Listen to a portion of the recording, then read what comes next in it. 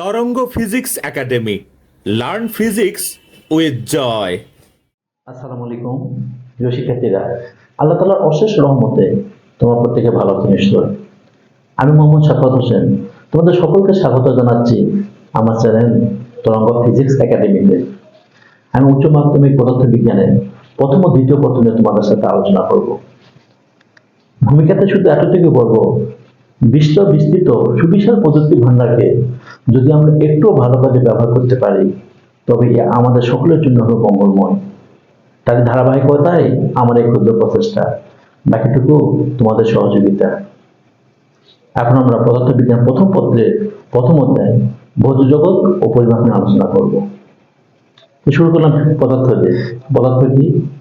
আসলে পদার্থের সংজ্ঞাটা আমি এতবার দিয়েছি যে সংজ্ঞাটা এখন আমার কতটা দীর্ঘ হয়েছে।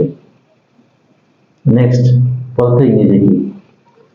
তো সচরাচর তোমরা অধিকাংশ শিক্ষার্থীরা এই উত্তরটা ভুল করো।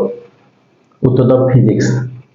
তো বিজ্ঞানের যে শাখায় পদার্থের আকার, আকৃতি, ধর্ম, ব্যবহার এবং শক্তি ও তার বিভিন্ন মিথস্ক্রিয়া নিয়ে আলোচনা করা হয়, তাকে পদার্থ বিজ্ঞান বলে। আর পদার্থ বিজ্ঞানের ইংরেজি হচ্ছে ফিজিক্স। আর পদার্থের ইংরেজি হচ্ছে ম্যাটার বা থিংস বা গুডস, যাকে পণ্য বা বস্তু বলে। এখন আমরা যাব ভৌত জগতে। তো বিজ্ঞানীদের মতে পৃথিবীটা সৃষ্টি হয়েছে বা আমাদের মহাশূন্যের সৃষ্টি হয়েছে 5,000 কোটি বছর পূর্বে। এই মহাশূন্যে বা প্রথম বিশ্ব ভূমণ্ডলে 40 ট্রিলিয়ন গ্যালাক্সি আছে। আর প্রত্যেকটা গ্যালাক্সিতে ট্রিলিয়ন ট্রিলিয়ন নক্ষত্র আছে। এটা বিশালতা এত প্রচুর বা এত প্রখর, যেটা আমি কল্পনা করতে পারবো না। তো আমরা এতটুকু বলবো, আমাদের চারপাশে সুবিস্তীর্ণ যে অঞ্চল, গ্রহ, নক্ষত্র, চাঁদ, চন্দ্র, সূর্য, পৃথিবী, যা কিছু আছে, পুরাটাকে কি বলবো? ভৌত জগৎ বলবো।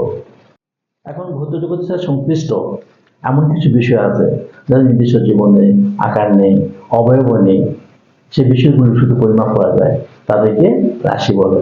সহজ কথায়, ভৌত জগতের যে বৈশিষ্ট্যগুলোকে পরিমাপ করা যায় তাকে রাশি বলে। এই রাশিগুলোর মধ্যে কিছু রাশি স্বনির্ভর, যারা অন্য কোনো রাশির উপর নির্ভর করে না, বা রাশিগুলোকে বিশ্লেষিত করা যায় না, তাদেরকে মৌলিক রাশি বলে। তো সাধারণত পদার্থ বিজ্ঞানের 7টি মৌলিক রাশি আছে, তোমার জেনে নেবা। আর এই 7টি মৌলিক রাশি ব্যতীত বাকি সকল রাশিকে লব্ধ রাশি বলা হয়।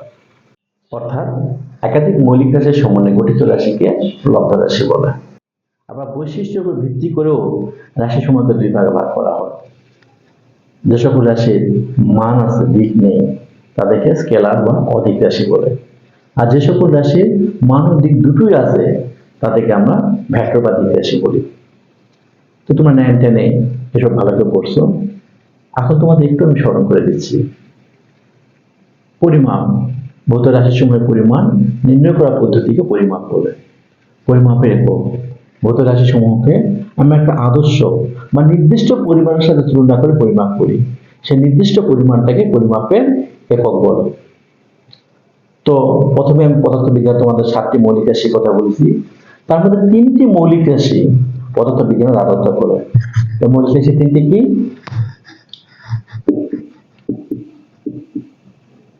দৈর্ঘ্য, ভর, সময়।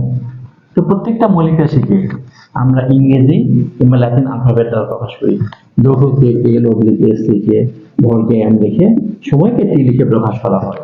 আর এই 3টি রাশি এককের ক্ষেত্রে আমরা দৈর্ঘ্যের একক ব্যবহার করি মিটার, ভরের একক কিলোগ্রাম, সময়ের একক সেকেন্ড। তো দৈর্ঘ্য একক মিটারের আদর্শ মান নেওয়া হয়েছে আলোর 1 সেকেন্ডের দূরত্বকে 29,97,92,458 দ্বারা ভাগ করলে যে দূরত্বটুকু পাওয়া যায়, তাকে আমরা দৈর্ঘ্যের আদর্শ মান 1 মিটার করছি। অনুরূপভাবে ফ্রান্সের সার্ভোতে আন্তর্জাতিক ওজন ও পরিমাপ সমিতি দপ্তরে রক্ষিত প্লাটিনাম ইরিডিয়াম সংকর ধাতুর তৈরি একটি সিলিন্ডার, যার ব্যাস 3.9 সেন্টিমিটার, উচ্চতা 3.9 সেন্টিমিটার। ওই সিলিন্ডারের ভরের আদর্শ মান 1 কেজি ধরা হয়েছে। সিজিয়াম মৌল, যা পারমাণবিক সংখ্যা 133। সিজিয়াম মৌলের একটি পরমাণু 219,26,31,770টি পূর্ণ স্পন্দন সম্পূর্ণ করতে যে সময় লাগে, সেই সময়টাকে সময়ের আদর্শ মান 1 সেকেন্ড ধরা হয়েছে। এখন আমরা রাশির এককে কিছু বড় মান ব্যবহার করি, কিছু ছোট মান ব্যবহার করি। রাশির এককে বড় মানগুলোকে গুণিতক বলে, আর ছোট মানগুলোকে উপগুণিতক বলে। তো গুণিতকের ক্ষেত্রে প্রথমে এখানে আছে ডেকা, হেক্টো, কিলো। তো প্রথম তিনটি সূচক হচ্ছে 10⁻1, 10⁻2, 10⁻3। আর এই তিনটি গুণিতককে স্মল লেটার দ্বারা প্রকাশ করা হয়। এখানে 10⁻3 মানে কত হবে দেখো, 10 গুণন 10 গুণন 10, অর্থাৎ 1000।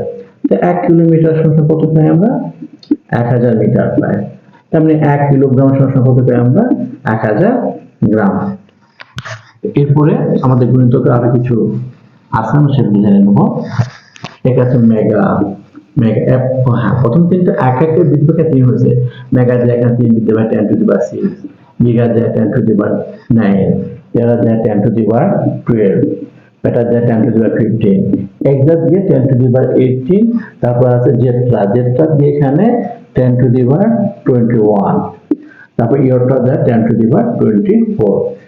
প্রথম তিনটি গুণিতককে আমরা স্মল লেটার দ্বারা প্রকাশ করছি, পরবর্তী গুণিতকগুলোকে ক্যাপিটাল লেটার দ্বারা প্রকাশ করা হয়। এখানে আরেকটা গুণিতক আছে মিরিয়া, মিরিয়াকে এখানে এম এ দিকে প্রকাশ করা হচ্ছে, আর সূচক হচ্ছে 10⁻4। তো নেক্সট আমরা উপগুণিতক সম্বন্ধে আলোচনা করব।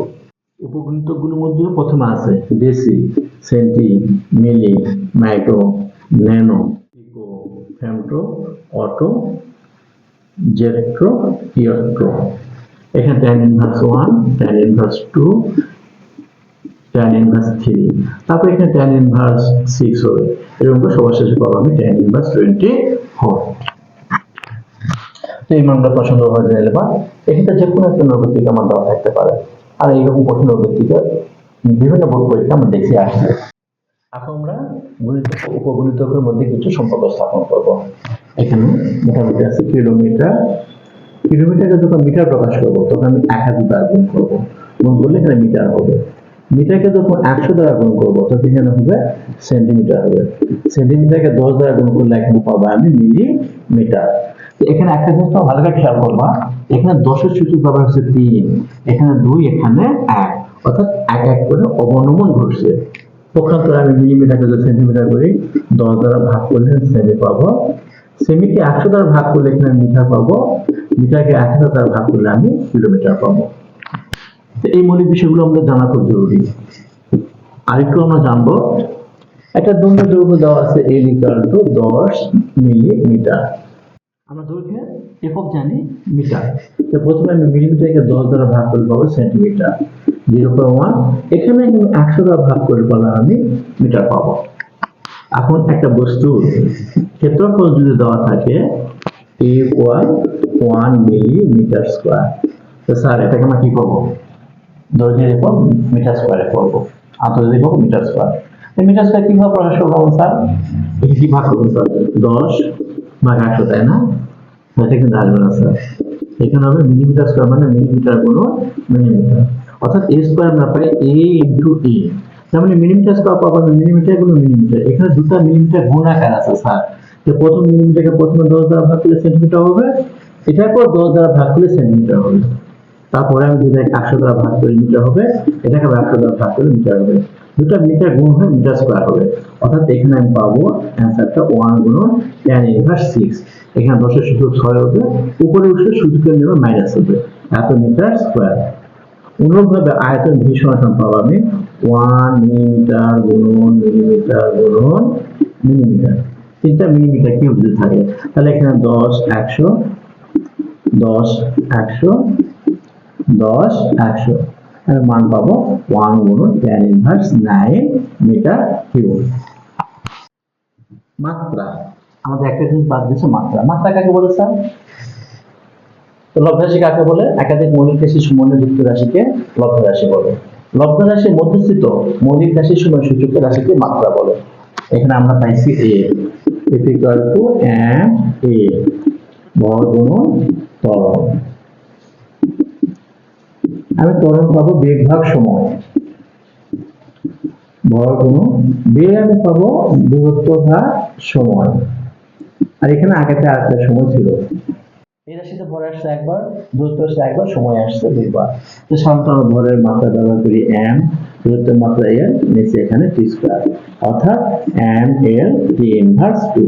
এটাকে বলে মাত্রা বলে। তো শিক্ষার্থীরা, একমাত্র ভুল করে না ফেরেশতা, আর ভুল স্বীকার করে না শয়তান। আমি মানুষ, আমার ভুল হওয়া স্বাভাবিক।